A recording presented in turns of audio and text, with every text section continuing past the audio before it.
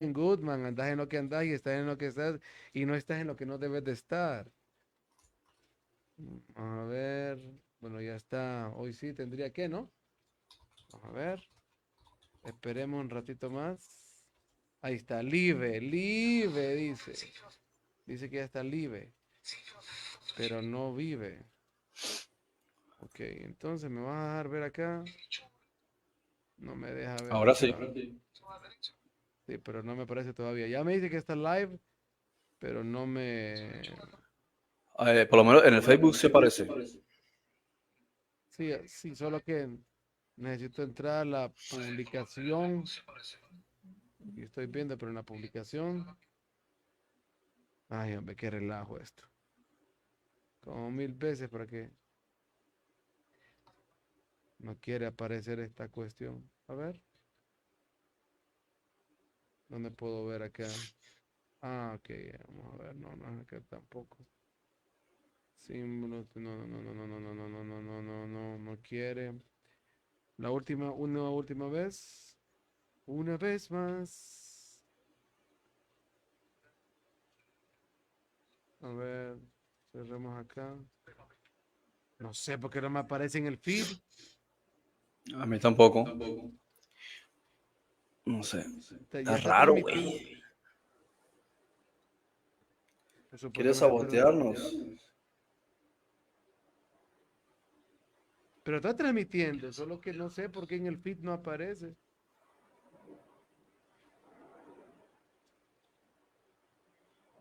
Bueno, voy a volver a cerrar todo esto para poder colocar pública la transmisión. A ver. Ahí está ya. Gracias, feed. Editar privacidad. Publix. Ok, estamos ready. Si usted habla inglés, es ready. Perdón si lo ofendí. Bueno, estamos ready. Everybody ready. Bueno, listos. Vamos a arrancar esta nueva parte del programa Un Curso de Milagros. Lindo texto que vamos a explorar. Pero vamos a entrar a hablar un poco de la biografía de la escritora, no de la autora. Aquí se va a dar cuenta quién es el autor de esto. De la escritora es Helen Schucman. Helen Schucman, que nació un 14 de julio de 1909 y murió un 9 de febrero de 1981, oigan bien, cuyo nombre de soltera era Helen Cohn. Fue una psicóloga e investigadora clínica norteamericana. Psicóloga y también fue investigadora clínica norteamericana. O sea, estaba muy metida en la cuestión de entender, ¿no? La psique. Dice, norteamericana natural de Nueva York, fue profesora de psicología médica en la Universidad de Columbia de Nueva York desde 1958 hasta su retiro en el 76.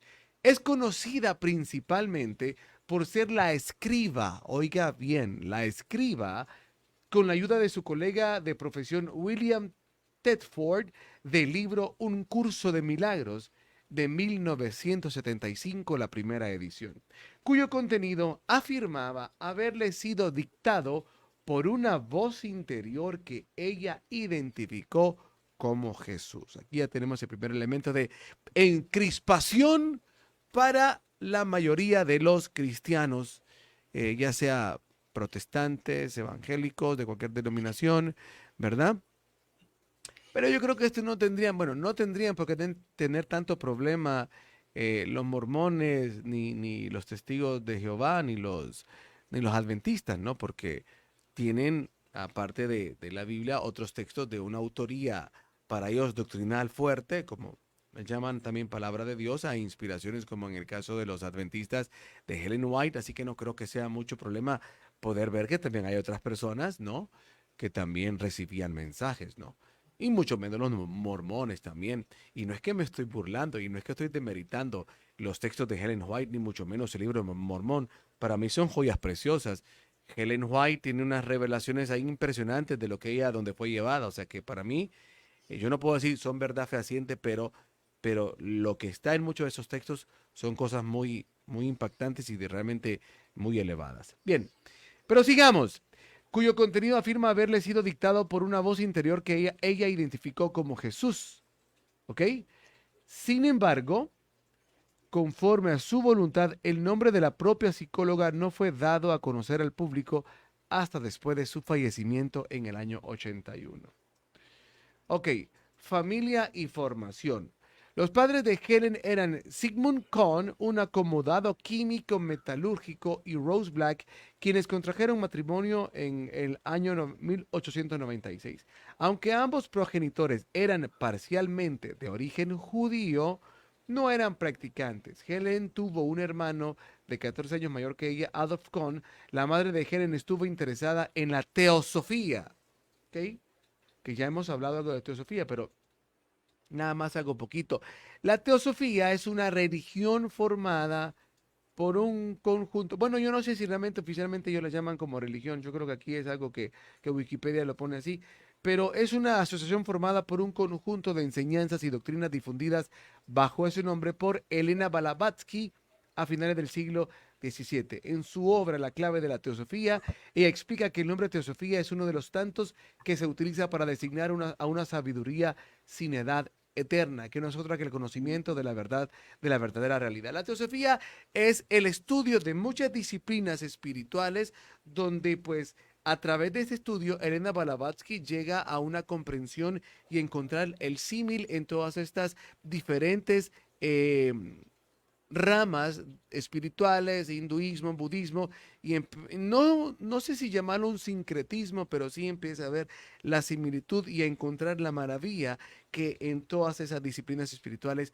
hay un mensaje común, y entonces se empieza a integrarlas y a desarrollar lo que se llamó más adelante como la escuela de la teosofía, que me encantaría llamarla más de esa manera. Bueno, así que la madre de la escritora de Un curso de milagros, la señora, la madre de Helen Schucman, estuvo interesada en la teosofía y otros movimientos como la ciencia cristiana y la escuela de unidad cristiana. Sin embargo, fue la ama de llaves de la familia Idabel, una familia bautista. ¿Ok?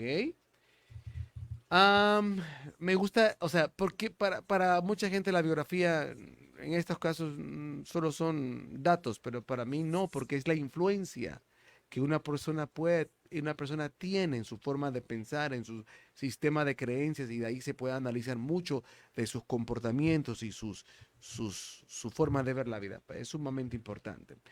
Fue la ama de llaves de la familia Idabel, una bautista, quien tuvo la mayor influencia en lo referente a asuntos religiosos sobre Helen durante su infancia. A los 13 años, en el año 1921, Helen visitó Lourdes, Francia, donde parece ser que tuvo alguna experiencia espiritual.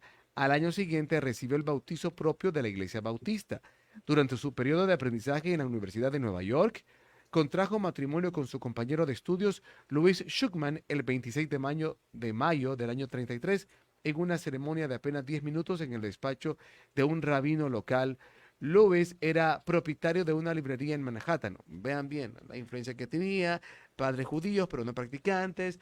Luego, pues su madre muy dada al conocimiento de ciencias espirituales, de la teosofía, eh, pero ella se casa en un rabino local. Esto nos podría decir que pues su esposo podría haber yo, y por su apellido, pues si era adepto al judaísmo, porque si no, no se hubiesen casado con un rabino. Y también vemos pues que tenía, o sea, había enraizado de alguna manera en la iglesia bautista, porque ahí dice donde ella se bautizó, ¿no? La iglesia bautista. Helen Luis era propietario de una librería en Manhattan y Helen trabajó en ella durante los primeros años de su matrimonio.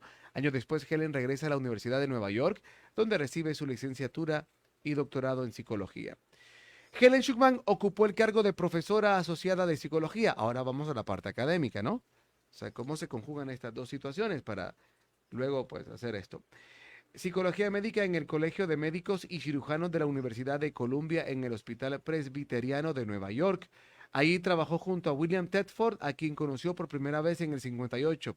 Un curso de milagros fue escrito en el año 65, del año 1965 al año 1972, a través de un proceso de dictado interior cuya voz transmisora se identificó a sí misma como la de Jesús conforme al testimonio de la propia Helen. Las primeras palabras fueron: esto es un curso de milagros, por favor, tome nota. Mm. Schuckman también escribió 2 folletos suplementarios, un curso de milagros por el mismo procedimiento. Tras la edición de la obra, Schuckman comenzó a reducir su dedicación en todo lo relacionado con el proyecto y nunca estuvo tan implicada en su promoción tal como lo estuvieron sus editores Bill Tedford y Kenneth Wapnick. En el año 1980, Schuckman fue diagnosticada con cáncer de páncreas avanzado. Tras una prolongada enfermedad, falleció en el año de 1981, cuando contaba con 71 años de edad. Después de su muerte fue revelado su nombre como escriba de un curso de milagros. Posteriormente, una colección de sus poemas, Los regalos de Dios, fue publicada por la Fundación para la Paz Interior. Bien, regresamos entonces para empezar a conversar. ¿Qué te parece alguno de los qué te llama la atención de algunos de los datos biográficos de Helen Schuckman, ya enfocados directamente en el texto como tal? Y te hago la pregunta por lo siguiente, porque al ser ella psicóloga y al ver el texto que tiene muchos elementos de psicología, pues, no sé, yo pienso, o sea, sí, sí, así como bien escéptico, dice que Jesús se lo dictó a una psicóloga y tiene muchos elementos de psicología, pues es como que está muy marcada su influencia. Y podría ser como, dicen que fue Jesús, pero ella lo escribió. Eso me suena interesante por toda la influencia que ella tiene, porque en ver su biografía, tener influencia en su parte académica, luego bautista, su madre influencia en el conocimiento de la teosofía, y cuando ves realmente el curso de milagros, es un libro muy plural. Cuando tú lo ves, tú lo lees, hay cosas que te suenan mucho a conocimiento de nueva era, metafísica, pero también tiene un lenguaje muchas veces que pareciera que está hablando de cuestiones muy evangélicas, protestantes, bautistas. Entonces, ese mix de cosas lo veo muy afín a lo que Helen Schuckman estuvo, llamémoslo así, impregnada en el desarrollo de su vida, ¿no? ¿Qué te parece estas cosas? Bueno, uno podía sacar esas deducciones. Se está reverberando mi voz. Y ahora lo apago. Adelante. Que se puede sacar ese tipo de conclusiones a lo mejor cuando lees un artículo o una publicación de alguien, ¿no? O a lo mejor un tratado. Entonces puedes ver la opinión del individuo con base en su experiencia, en las cosas que ha leído. Sin embargo, para un trabajo tan extenso, tan largo, tan pormenorizado y tan específico, te das cuenta de que no pudo haber salido ni de la imaginación de una persona, ni tampoco ser el resultado de sus trabajos, porque no es una tesis investigativa ni es un trabajo filosófico, ¿sí? Entonces, es una de las cosas que se ha deducido las personas que han analizado el libro. Se dan cuenta de que no hay una correlación. Es como el caso, por ejemplo, de Moisés, que es una persona que viene de haber crecido en la cultura egipcia, después de estar mucho tiempo como cuidador de ovejas y de cabras, ¿no? Y después dirige a un pueblo y empieza a hablar de una serie de cosas que él no podía conocer, unas cuestiones sobre una lengua, más allá de lo que él tenía por qué conocer. Es decir, él creció en Egipto, como manejaba también todas las cuestiones de la lengua hebrea y sucesivamente todos los aspectos de la ley. Es decir, tendría que tener más una influencia egipcia y sin embargo no guarda ninguna relación con la cultura egipcia. Ahí te das cuenta de que él es la mano que escribe. Sin embargo, no escribe sus opiniones, sino simplemente está escribiendo algo que le es dictado, ¿no? Y esta es una de las cuestiones también que encontramos a lo largo de muchos textos, en especial muchos de los que aparecen en el trabajo literario que se conoce como la Biblia, que te das cuenta que independientemente de las opiniones personales del individuo que está escribiendo, él se remite simplemente a tomar nota de lo que le están diciendo que debe escribir, ¿no? Es lo mismo que Juan, el libro de Apocalipsis, dice, o se lo está inventando o está escribiendo lo que le dijeron que escribiera. Por tanto, sus cuestiones personales o quién hayan sido sus padres o todos esos aspectos tienen poca relevancia. No es como el caso, digamos, de Pablo, del apóstol Pablo, donde efectivamente él no está diciendo algo que le sea dictado, sino está escribiendo cartas sobre su opinión. Entonces ahí sí tiene una influencia, o sea, ahí sí hay una relevancia porque viene de una escuela farisea, es una persona de ascendencia benjaminita, o sea, está dentro de una cultura judía. Entonces tiene una experiencia personal, pero no una formación, digamos, entre comillas, como cristiano, como discípulo de Jesús. Así que da una opinión con base en su conocimiento y su comprensión, que no es lo mismo que una información que te es revelada, o sea, como que aparece un ángel y te dice, escribe esto y esto y esto. Ok, pues yo escribo lo que me estás diciendo. Da igual mi opinión personal, ¿no? Entonces, es una cuestión también distinta. Aquí lo mismo. Ella no, ella lo explica, bueno, Gary Renard también a ver si lo explican, que ella era bastante reticente a querer escribir esto cuando empezó a percibir que esto venía de este concepto de Jesús, porque ella quería centrarse en los aspectos desde el punto de vista de la psicología, no le interesaba cosas que pudiesen conectarse, entre comillas, con la religión, ¿no? Entonces, esto también es otra cuestión también a considerar, que el contexto de lo que está escribiendo y los conceptos no están relacionados con la religión, sino que está relacionado directamente con su capacidad de poder razonar después lo que ha escrito, porque lo que ocurre, por ejemplo, lo que está explicando de Kenneth Wapnick, creo que es que se llamaba, no me acuerdo cuál era su compañero en concreto. No, Brett Thetford, creo que es el apellido, algo así, que ella va narrando, y lo que ocurre también con el esposo, por ejemplo, de Jane Roberts, o los compañeros de Laura Record, que creo que era, ¿cómo era el nombre no, se me fue el nombre. Ella simplemente iba narrando, y ellos iban escribiendo. Los que escribían estaban mucho más interesados en los que estaban escribiendo, porque eran conscientes de que esa persona no estaba filosofando, sino que le estaba llegando una información, porque iban analizando, y ellos después se centraban. Y esto ocurrió con todos los casos, como digo, con Jane Roberts, con Laura Ruckert, con Helen Schuckman, que los que van escribiendo lo que ella dice, o los que van transcribiendo lo que se ha grabado en audio después de la conversación, son los que tienen más interés que la propia persona, porque la propia persona a veces ni siquiera se acuerda de lo que estaba diciendo. Dice, ¿qué es lo que tanto escribí? Y es la primera que es más escéptica, ¿sí? Porque en realidad no sabe lo que está ocurriendo. No tiene del todo claro de dónde está viendo toda esta información y cómo puede ser una información tan precisa si no tiene nada que ver con su bagaje intelectual, ¿no? Y esto lo observamos, como digo, en todos estos casos, y casi siempre en estos casos de mujeres, ¿no? Que son Helen Schuckman, que son Jane Roberts, que es Laura Ruckert, y son los que están escribiendo, que curiosamente también la mayoría de veces o es el marido o es un compañero, es un hombre. Él es el que resulta más, que creen más en lo que está ocurriendo, y empiezan a compartirlo con sus compañeros y empiezan a hacer mesas redondas para discutir sobre esos temas. ¿Por qué? Porque son profesionales. Y estas son las cosas que explican los apóstoles Tomás y Tadeo a Gary Renard, que una de las cuestiones importantes es evitar que estas personas fuesen de influencia religiosa y que fuesen lo más profesionales posibles, o digamos académicos, justamente porque lo que necesitaban eran personas con mente abierta dentro de la psicología, para que no se diga que tuvo una influencia, ¿sí? O para que la propia persona no influya, o sea, que sus creencias no influyan.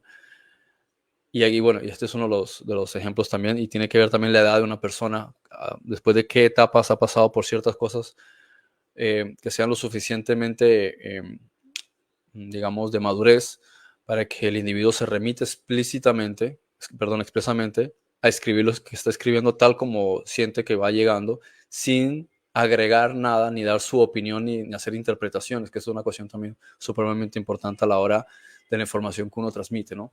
O sea, que cuando te va llegando la vas escribiendo, que tu opinión luego la puedes comentar, ¿no? Como hacen los Sí, compañeros, o cuando ella escribe o cuando hacía charla, pero que lo que escríbelo tal cual, y luego lo repasas, pero no alteres nada de lo que estás escribiendo, que es una parte fundamental, y es porque explica también Jesús eso, y lo que ocurre con el caso también de las cartas de Cristo. ¿Quién es el autor? Lo han tratado también de mantener en el anonimato, igual que en el caso de Helen Schuckman, precisamente para que la gente no vaya a buscar al escritor y centre al escritor como si fuese un profeta. Es decir, no, cuando yo fallezca, revelen el nombre, pero en tanto no, porque entonces la gente se desorienta Y es como el cartero que viene y te trae una flor de parte de alguien y la chica se enamora del cartero porque le trajo una flor. Y dice, no, pero es que yo solamente soy el mensajero. Yo solo estoy cumpliendo con un trabajo. Más bien es la persona que te envió la flor es quien merece el crédito porque yo solamente estoy cumpliendo con mi trabajo. Hay elementos importantes en eso porque, por ejemplo, la edad y las experiencias en la carrera, el background académico, pero en este caso la edad me parece bastante importante, porque si analizamos, Helen Schucman escribe esto que 5 o 6 años antes de morir, lo que te dice que era una mujer demasiado avanzada de edad. ¿Qué quiero decir con esto? Cuando una persona es ya, imagínate una persona ya en el ocaso de su vida, eh, cómo está arraigada en su sistema de creencias. Sí, o sea, es una persona, el promedio de un ser humano que ya está en el ocaso de su vida, perdón por la palabra, pero hay testarudez grande para poder cambiar su manera de pensar. No la va a cambiar así nomás. Y otra cosa, Perdón, eh, fíjate, fíjate, por ejemplo, Moisés. Cuando Moisés se le empieza a dar la Torá, cuando tenía más de 80 años. sí, exacto. Hay otro elemento común. También, digamos que ya en el ocaso de su vida, en su vida profesional, uno, por ejemplo, en esta edad de, no sé, 40, todavía 50 años, no digamos los 30 ni los 20, eh, la parte de querer un reconocimiento público, de soñar con alcanzar grandes cosas en la vida, ya por ejemplo, no sé, un pastor que quiere tener una mega iglesia, eh, una persona que quiere tener aquella gran empresa y genera millones, o genera mucha riqueza para vivir bien, pasear, tener seguros a tus hijos. Pero una persona que ya está en el ocaso de su vida, va a estar pensando en eso, está pensando en descansar, está pensando en su tranquilidad, en vivir sus últimos años de la mejor manera. ¿Por qué digo esto? Porque pensar que de repente escribir esto, sí, por buscar fama, gloria, cuando ya estás, chao, chao, bye bye, me parece que no casa.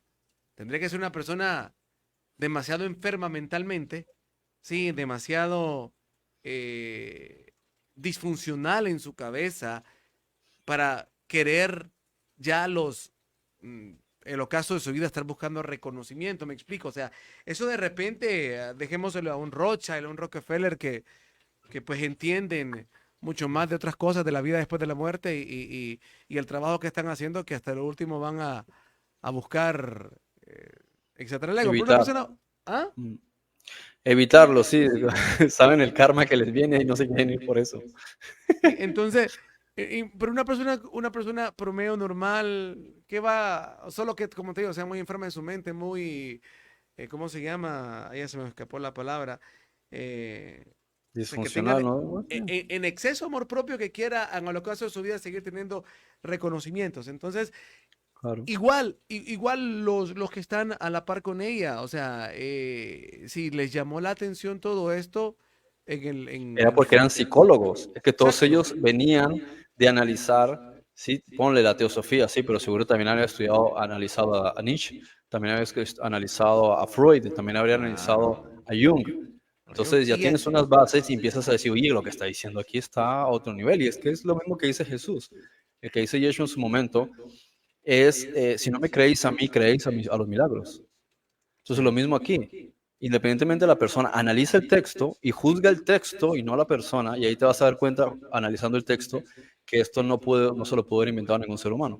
y eso es algo importante que es una, digámoslo así, técnica que yo em, utilicé en algún momento de mi vida para poder salirme de la caja de solo la Biblia, solo la Biblia, solo la Biblia. Y cuando me preguntaba qué es la verdad, es ese principio, o sea, es juzgar el texto, pero juzgar el texto desde el punto de vista espiritual, qué es lo que me está diciendo, qué es lo que, hacia dónde me está llevando en mi interior. Entonces, en este caso, vaya viendo también el rol de los compañeros de Helen en el desarrollo de toda esta historia, ya en el ocaso de sus carreras también, cómo van a arriesgarse después de tantos años, ¿sí? A sacar algo donde iba a estar al ojo público, ¿no? y que más bien pudiese poner en riesgo de alguna manera todo lo que habían construido. Su Solo, credibilidad, su claro, reputación. solo recuerdo, no recuerdo el nombre ahorita exactamente de uno de los ateos más famosos de la historia, que en el ocaso de su vida dejó de ser ateo. Solo voy a buscar el nombre Moisés, porque Nah, el ateo más famoso que dejó de ser. Y escribió un libro. Se me olvida el nombre de él. Anthony Flew. Anthony Flew. Eh, Él en el ocaso de su vida, voy a buscar el libro de Dios, solo para darles el nombre, si lo quieren buscar. Libro de Dios, Anthony Flew. No sé si habéis escuchado hablar de él. Dios existe, Anthony Flew. ¿Por qué quiero traer estos ejemplos? Solo para poder ayudar en la mente un poco. Anthony Flew fue uno de los más grandes ateos del siglo XX, con las posturas más fuertes, pero en el ocaso de su carrera, no recuerdo cómo es que él llega a concluir y dice, es que es una estupidez realmente pensar que de la nada pueden venir las cosas. Y no recuerdo qué fue lo que pasó, pero él hace esta obra, Dios existe.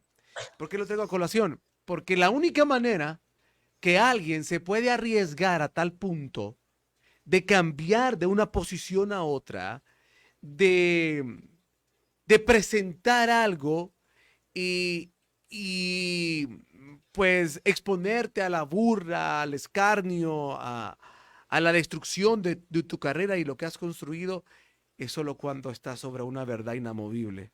Solo una claro, verdad inamovible es la que te va a hacer frente a lo que se venga. Así como hizo Anthony Flew. Anthony Flew cuando claro, descubre eso, sí, cuando ya te dejo, cuando Anthony Flew descubre eso es como, ¿qué le importa a él? Ya, yo ya me estoy yendo y esto que descubrí es la verdad más trascendente, o sea, hablen, digan lo que quieran, pero, o sea, imagínense, toda una vida siendo ateo y decir, qué estupidez, toda la vida fue un estúpido. Ahora me doy cuenta de la verdad. Entonces, solo cuando algo tan trascendente puede llegar y cuando sos una persona tan académica, ¿no? Tan profesional, solo algo tan que te pueda derribar realmente todo tu background, tu recorrido, algo más fuerte, más grande, más espectacular, va a ser capaz de a esa edad cambiar tu mentalidad, a esa edad exponerte e irte en contra de lo que sea, decir, esto tiene que salir porque tiene que salir. Adelante, Freddy. es el ejemplo con Moisés. ¿Cómo se le aparece? No se le aparece un individuo o un ángel y simplemente se pone a hablar con él. Le hacen este efecto, una especie de holograma en un árbol, que él lo toca y ve que no arde, y a él empieza eso, le rompe los esquemas. Y luego todo lo que ocurre en Egipto, los meses posteriores, que es también la experiencia de los israelitas que están viviendo en Goshen, el asunto del mar, el asunto de todas las cosas, de las plagas, el asunto de la lluvia de maná. Ahí te das cuenta de que son elementos que realmente se supone que tenían que marcar, ¿sí? ¿No? Crear una impronta en la conciencia de las personas.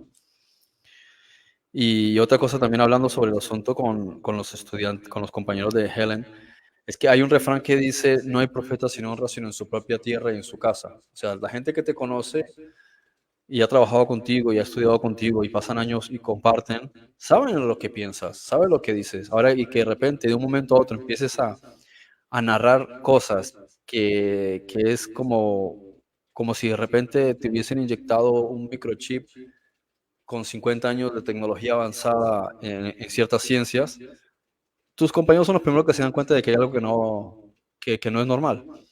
Y que si, ¿sabes? Si ellos empiezan a creer en ti, es porque a esas alturas es porque realmente está ocurriendo algo sobrenatural.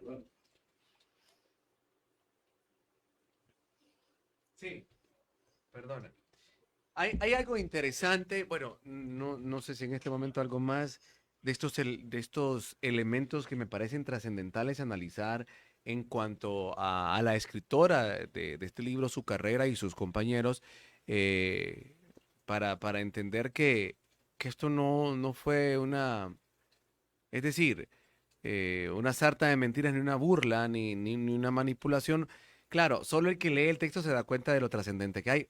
aunque te contaré que hay personas que han leído el texto y lastimosamente no han sido capaces de procesarlo porque se desvían. ¿En qué sentido? Malinterpretan y tuercen el texto y lo asocian mucho a esoterismo, metafísica, nueva era, pero Pero de es la que lo ves hasta con la actualizada. Biblia. Lo ves hasta con la Sí, Biblia. ¿Cuánta gente no critica la Biblia? claro. No, Muchísima gente la critica por no, unas razones, estoy. por otras, de una forma de Ujú, pensamiento. Se agarran claro. de cualquier cosa. ¿Cuántos memes no hay? No sé si has visto cuántas discusiones a veces tiene uno en Facebook. Pues mira las cosas, mira los ejemplos de moral que te enseña la Biblia. Lot embarazando a sus dos hijas. O sea, se agarran de, si quieres te puedes agarrar de cualquier cosa y sacarla de contexto y lógico. No, sí. Pero sí es cierto que Hoy me precisamente compartían, unas cosas importantes que le perdón. explican a Gary es que el curso no está hecho para que tú saques conclusiones e interpretaciones propias, sino para que trabajes en equipo y el equipo analiza, ¿sí? Desde el punto de vista de la psicología, esto. Y esto es lo que precisamente sorprendió a los psicólogos. Porque lo más avanzado en psicología del último siglo, digamos, pues yo diría que es de Jung, ¿sí? Y sin embargo, aparece una literatura que es como los científicos matemáticos que están haciendo estas formulaciones en un tablero y están buscando cuál es el final de la resolución del cálculo, ¿no? Y cómo es y cómo será y cuál es la respuesta y tal, y que de repente llega una persona y te hace la formulación entera, pom, pom, pom, todo el mundo se lo queda mirando como, ¿y Sí. cómo descubriste esto? ¿Cómo descubriste lo que necesitamos para fabricar la bomba atómica? ¿Sí? ¿Cómo te llegó esa información? Y que empiece a contarte y narra y todos van tomando nota y sacan un libro, dicen, aquí hay algo extraño, porque conocemos a esta persona de toda la vida. Sí.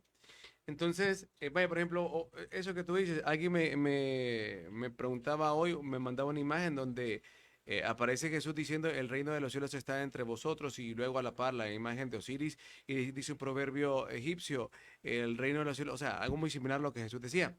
Entonces, la mentalidad de él es, o sea que Jesús plagió estas palabras. Yo le decía, o sea que te hago la pregunta, si yo entiendo que a través de las venas circula la sangre y luego más adelante alguien también se da cuenta que a través de las venas circula la sangre, o sea que esa persona plagió lo que yo ya había visto. O si viene, le decía yo, o si viene y tú de niño escuchaste que tu papá dijo una frase, ¿sí? Y luego tú creciste pensando, oh, mi papá se inventó esa frase, esa autoría de mi papá, un refrán, y luego los años tú creces y eres adulto y escuchas la frase de otra persona, vas a decir, mi papá plagió la frase. No vas a entender que la verdad es la verdad y que la sabiduría es sabiduría. O un día te levantas y un niño viene y dice, la grama es verde. Entonces otro niño que lo escuchó dice, yo lo descubrí que la grama es verde. La verdad es la verdad. Y ahí lo que Jesús está diciendo es una verdad trascendental y verdad absoluta. Y esa sabiduría, al ser verdad, eso es una sabiduría universal. Newton no descubrió la gravedad. Newton observó la mecánica de cómo funcionaba la gravedad, pero la gravedad es gravedad. Y el reino de los cielos dentro de nosotros es una verdad absoluta, porque todos somos eso. Todos somos esa esencia de lo que realmente es el reino de los cielos que está dentro de nosotros. Y nosotros somos realmente esa esencia. Entonces, es una verdad. Eso no es que Jesús plagió nada. Es una verdad universal. O sea, solo para ejemplificar un poco más lo que decías. Mm. Entonces, en este caso, pues, retomando, era mucho, es decir, era gente muy adulta para estar jugando con esto, o solo que era gente maquinadora, ¿verdad? Que lo que quería al final seguir torciendo a la gente, pero dar un cambio de la noche a la mañana es muy absurdo. Es como lo que les decía de Anthony Flew, solo algo demasiado fuerte y trascendente puede hacer ese cambio y puede hacer No, y no eso de solo algo eso, reverso. es que cuando analizas el texto te das cuenta de que no se lo puede haber inventado ninguna persona. ¿Por qué? Porque como digo, no es un artículo, no es algo que tiene 20, 25 líneas y lo pudiste haber estudiado y preparado. ¿Sí? Tú mira lo extenso que es el libro, el tema de el manual de ejercicios, el manual del maestro, te das cuenta que es algo demasiado elaborado, demasiado complicado. ¿Sí? Sí, el nivel de Bueno, profundidad que tiene en el ámbito de la psicología no es para que cualquier sí, persona no es- simplemente... Y aparte, exacto. la forma en la que está estructurado, si la forma en la que está Ujú. estructurado, todas las citas que pone, es demasiado laborioso. Demasiado, ni siquiera Lao Tse se pronunciaba de esa manera. ¿Cómo así? Lao Tse, cuando tú analizas, por ejemplo, los trabajos de Lao Tse, Ah, ok, ya, ¿sí? ya, ya. El Entiendo, Tao Te entiendo. Ching y bueno, los diferentes libros de Tao, tú ves que son típicas frases, como muchas veces los sabios hacían. Una frase, punto aparte, otra frase, entonces hay un contexto de las frases. Pero vas viendo toda la elaboración y dices, esto es muy complejo, es Sí, demasiado profundo, muy bien trabajado. Es como si lo hubiese preparado debidamente antes de transmitírselo a ella y que todo vaya siendo bien organizado. sí. Y acá hay un punto interesante con eso que dices, porque en esa estructura tan compleja, es a donde yo también apunto la edad de estas personas. Estas personas, o sea, no es como el ímpetu de un joven, ¿no? De pensar que descubrió el agua caliente, entonces no te frenas, simplemente ¡pú! Arroja, saca, expones, ya, y luego viene el escarnio, la vergüenza, porque de repente, no, o sea, esto que está aquí tiene esta falla, o mira, no era el único.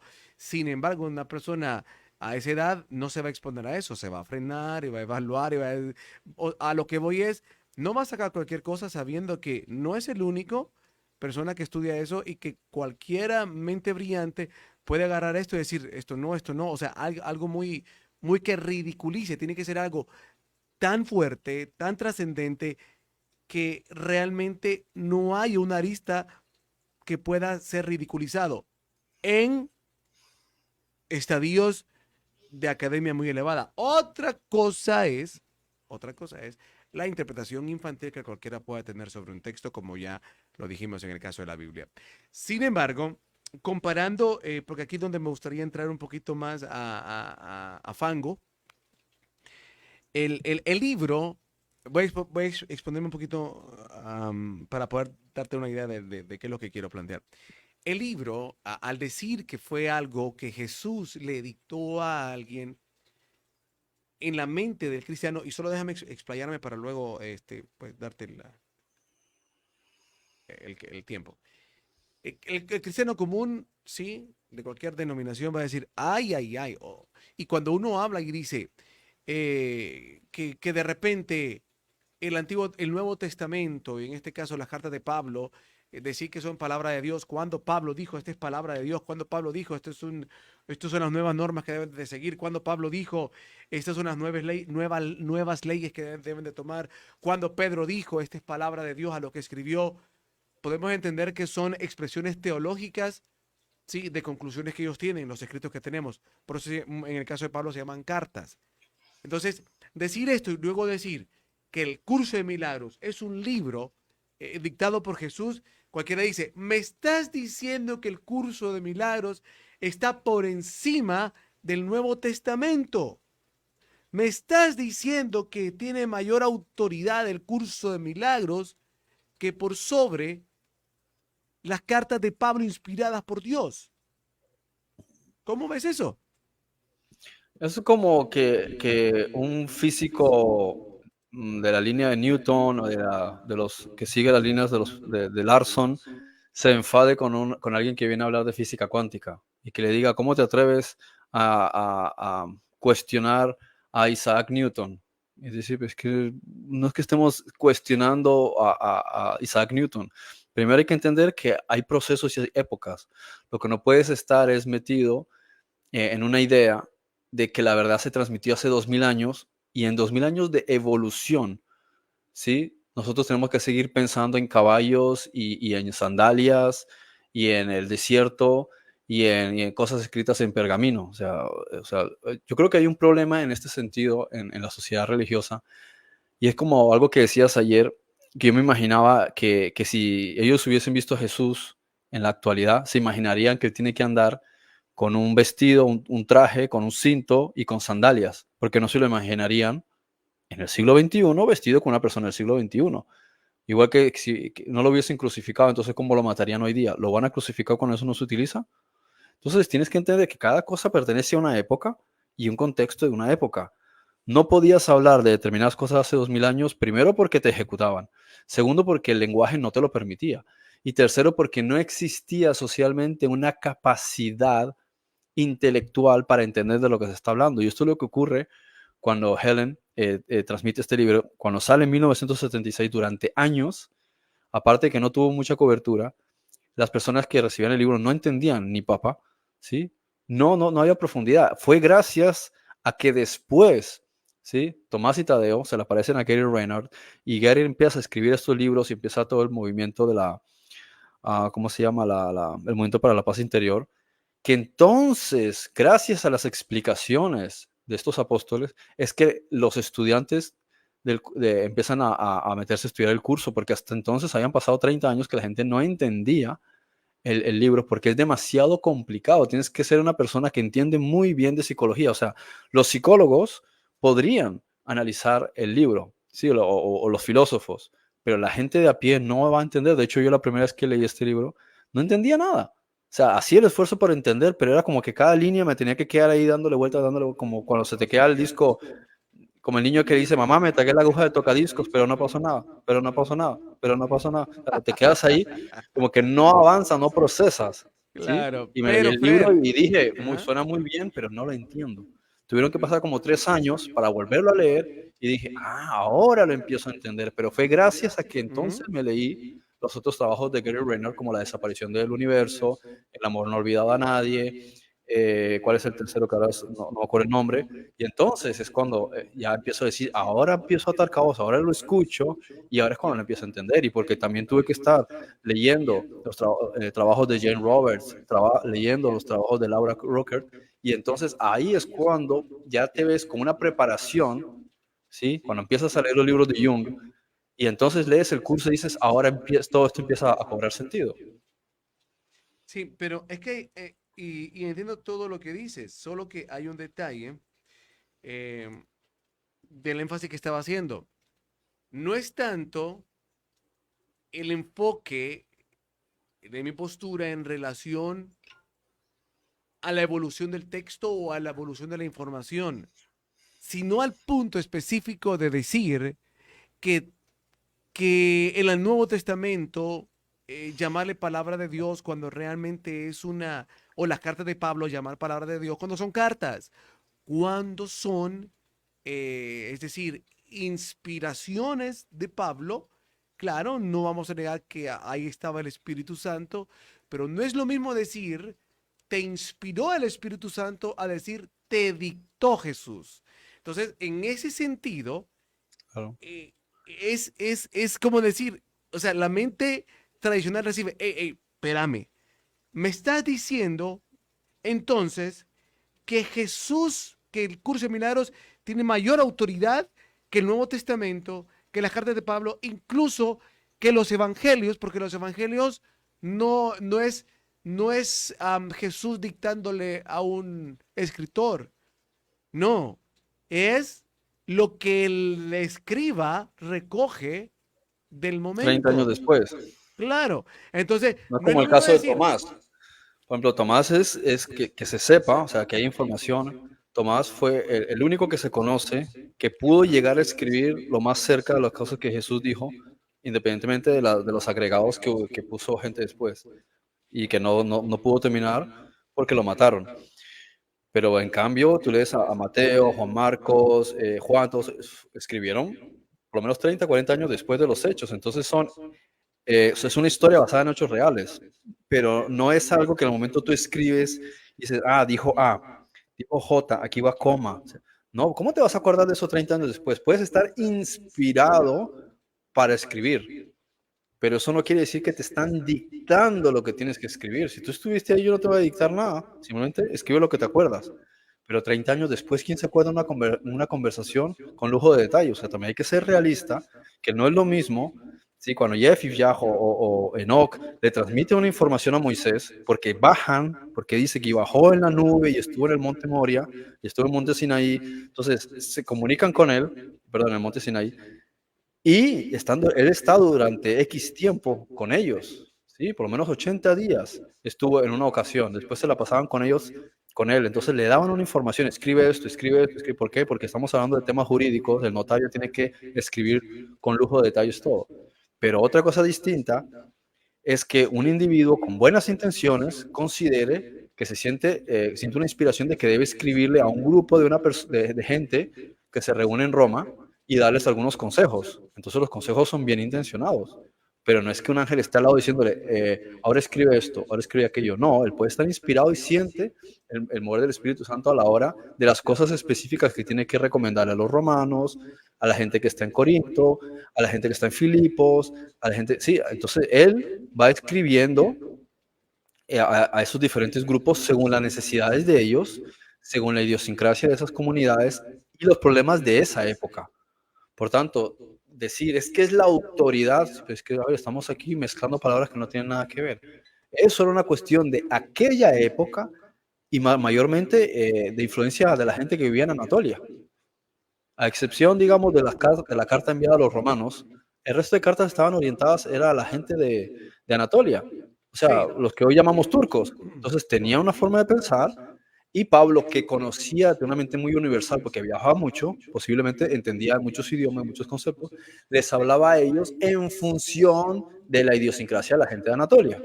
Sí, y ¿Sí? ese Y a los romanos, como era algo como más universal, más como escribirle una persona de Nueva York o de ujú. Washington, ¿sí? En el inglés. Entonces, él iba al romano y sabía cómo pensaba el romano. Mira la carta a los hebreos, no se parece a las demás, ¿por qué? Porque está orientada a los hebreos. La carta de Juan, la carta de Mateo, está más orientada a la mentalidad del judío. Pero si tú le, Pedro, por ejemplo, mentalidad judío. Entonces tú vas analizando que ellos escriben sabiendo quién va a ser el receptor y que va a entender mejor. Es como el modismo. Al hondureño tú le vas a hablar de una forma con unos modismos de Honduras. Pero si te pones a hablar con un argentino, el argentino a lo mejor muchas cosas no te las entiende porque dices que en No. Argentina no tenemos esos Ujú. modismos, no te estoy entendiendo. Trata de hablarme un español más universal. Ahora tú me vienes a hablar de los problemas de Honduras en Argentina. Y él dirá, pues que yo no estoy familiarizado ni con la política de Honduras, ni a duras penas sabré cuál es la bandera, ni, no sé nada de Honduras, ¿qué me estás contando? Ahí, yo conozco los problemas de Argentina, entonces lo mismo aquí. Le escribes a una persona de Roma, ellos saben los problemas que hay en Roma. Es que es una persona de Anatolia, sabe los problemas que hay en Anatolia. Y en esa época, ahora tú me vienes a hablar de algo que pasó hace 50 años, algunos dirán, pues yo no estuve en esa época, yo no estuve muy enterado de ese tema.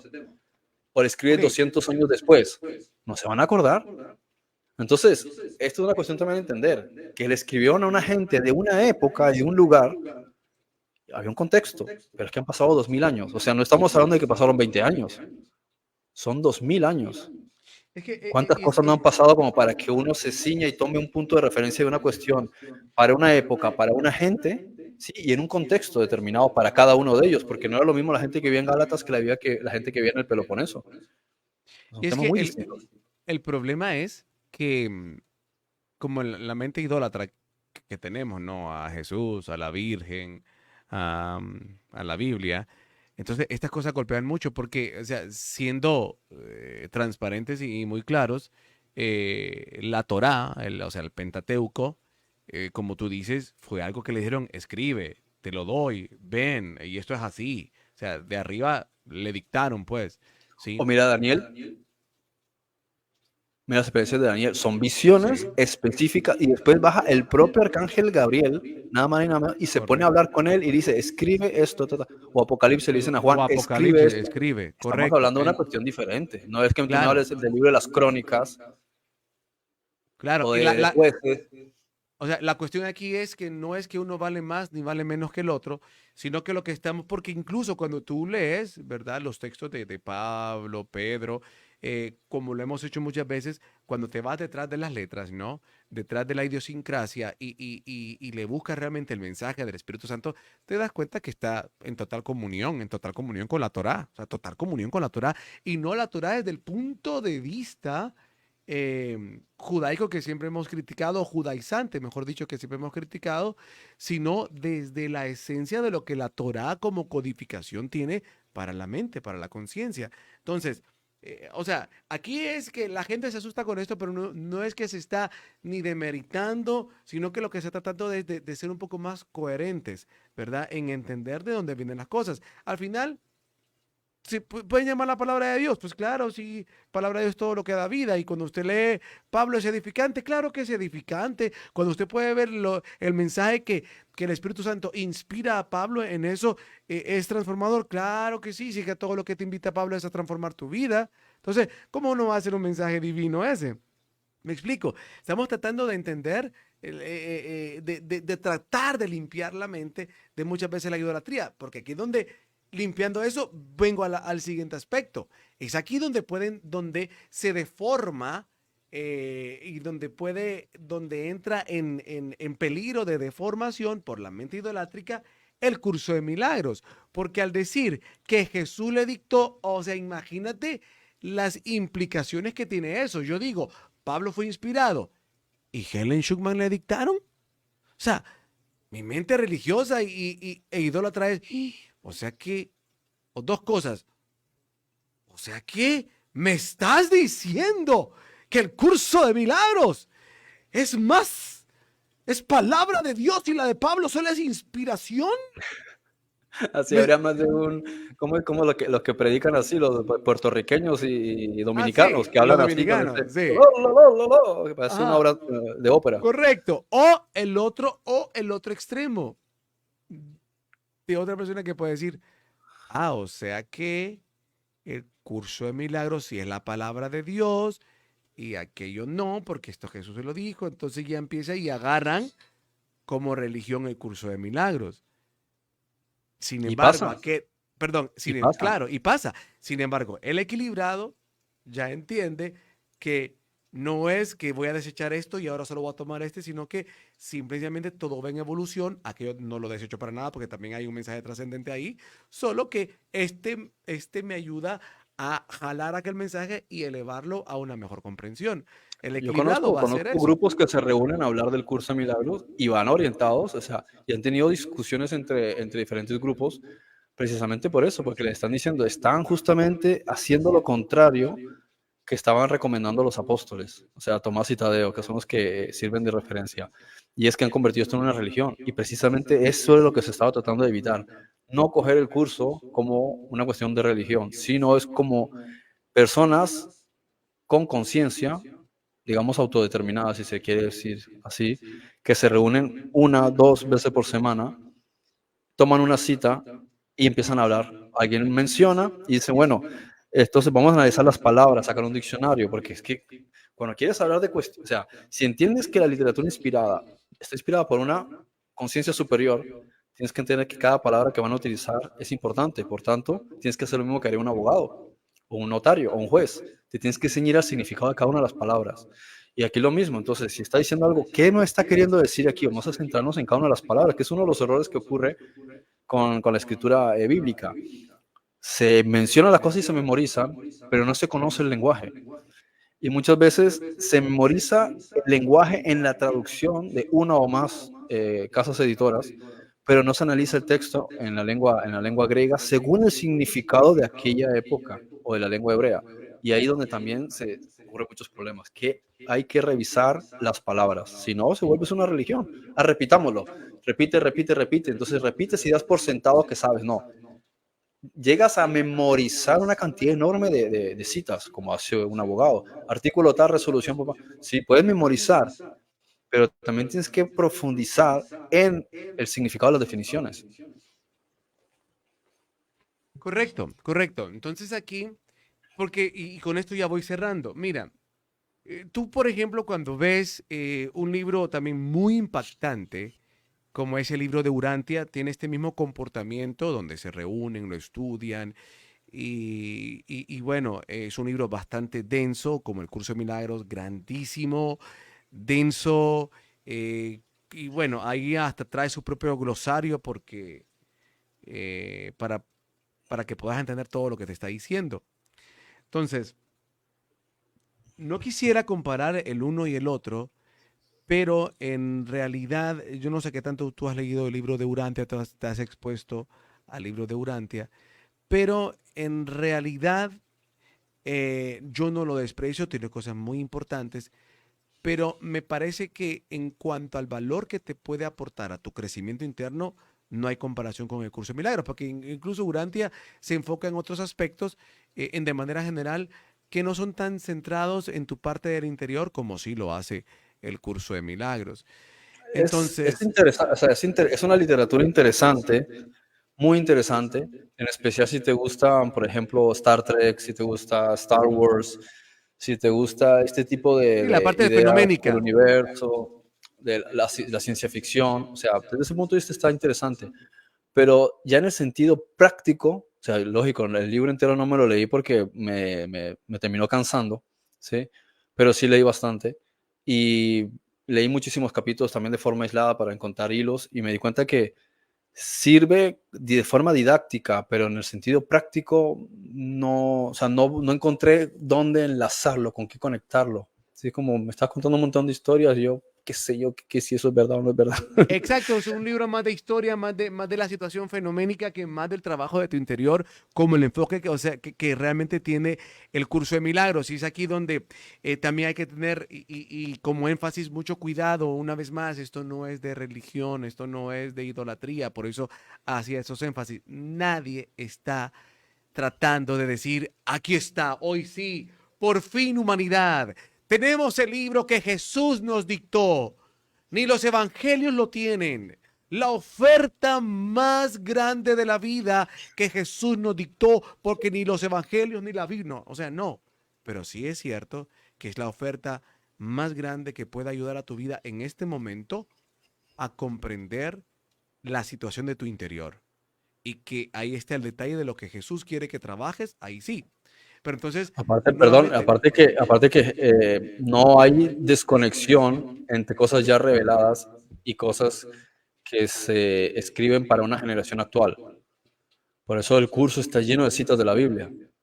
Pero lógico que igual que en otras partes, como las cartas de Cristo, Él te está explicando. Yo dije tal cosa, me entendieron mal, yo no me estaba refiriendo a eso. Entonces eso lo vas a encontrar también muchas veces en escritura más moderna de revelaciones de Jesús, porque el curso de milagros no es el único. O sea, Jesús y Yeshua se ha transmitido también, a lo mejor no de forma tan amplia, tan extensa, ni tan minuciosa en detalles, pero tal vez se ha dicho que hay muchas cortas de Pablo que se pueden entender mal, que quien entiende, como los temas que nosotros hemos hablado, cuando vamos detrás de las cosas y las analizamos de una manera muy específica, entonces encontramos la perla detrás de todo eso. Pero quien lo lee a primera instancia, en realidad le lleva a una confusión respecto de otras cosas, y eso lo vas a encontrar con Pedro, lo vas a encontrar incluso en algunas partes de los evangelios, cosas que Jesús en realidad ni hizo ni dijo. Entonces generan cierta confusión. Es que maldijo una higuera. Tú buscas otras fuentes y encuentras que en realidad eso nunca ocurrió, nunca maldijo ninguna higuera.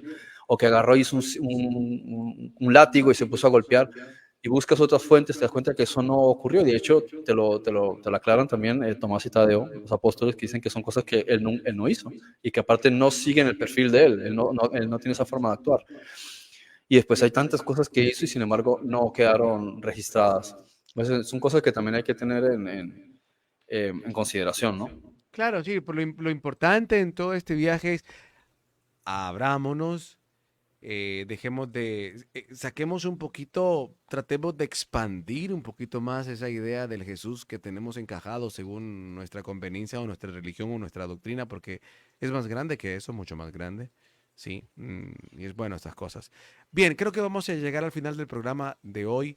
Nos centramos bastante en tratar de juzgar el libro desde el punto de vista de no caer en idolatría y también los aspectos importantes de por qué valorar o por qué no entrar en los juicios de decir el curso de milagros tiene mayor autoridad que la Biblia o no, o que la Torá o que el Nuevo Testamento no tiene valor y la Torá sí tiene valor porque fue dada por directamente a Moisés por Enoch como figura de Metatrón, a los que entienden eso, o bueno, como Enoch representando a Jehová, o lo que quiera, porque se enreda mucho.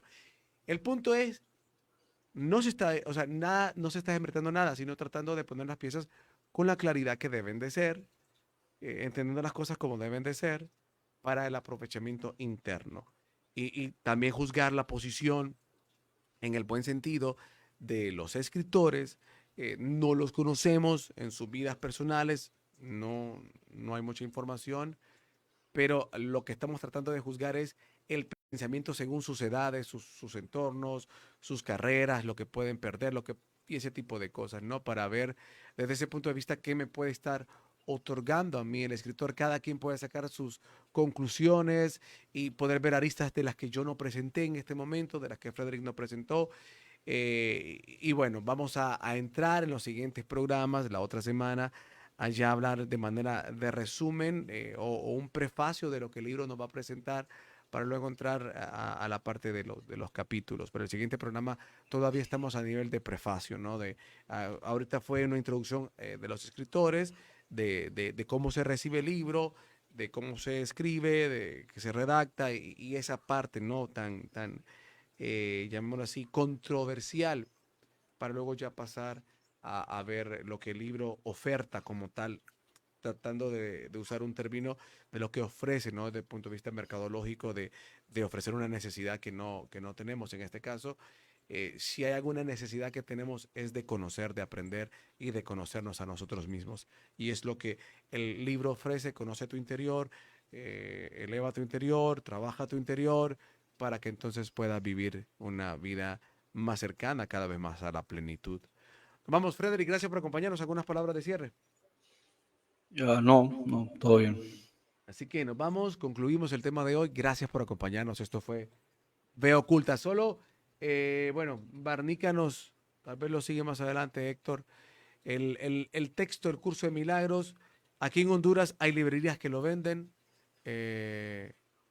No Yo sé en lo qué he... precio está en Latinoamérica, pero normalmente se consigue entre 25 y Sí, $35. no, No estoy muy seguro. aquí en Honduras yo lo he encontrado, o sea, sé, no lo tienen siempre en stock, pero hay dos librerías que sé que lo han traído. Una se llama Casasol, vaga la publicidad gratis para Casasol, y y la otra es Metromedia. En algunos momentos ha tenido el curso de un curso de milagros. Y si no, pues pueden también conseguir los PDF de manera gratuita en internet, pero o lo pueden conseguir digital En también por Amazon creo que también Amazon. se consigue. Sí, o en Amazon también se pueden mandar a traer en físico. La mayoría de las personas que hacen el estudio de un curso de milagros dicen que no hay mejor cosa que tenerlo en físico, Sí, ¿verdad? definitivamente. No hay mejor cosa que No tenerlo en hay, no hay físico. comparación. Sí. Es como querer estudiar la Biblia sin una Biblia física, ¿no? No es fácil. No, no es fácil, porque te duermes y todo, y por lo menos, o sea, de todo a todo, ¿no? Es mucho mejor. Así que, bueno, ahí está entonces. No estamos invitando a nadie a idolatrar un curso de milagros, sino a poder servirse de lo que en él hay, y vamos a irlo conociendo poco a poco más adelante. Gracias. Chao. Bendiciones. Esto fue Muy Veo bien. Ocultas. Ve oculta.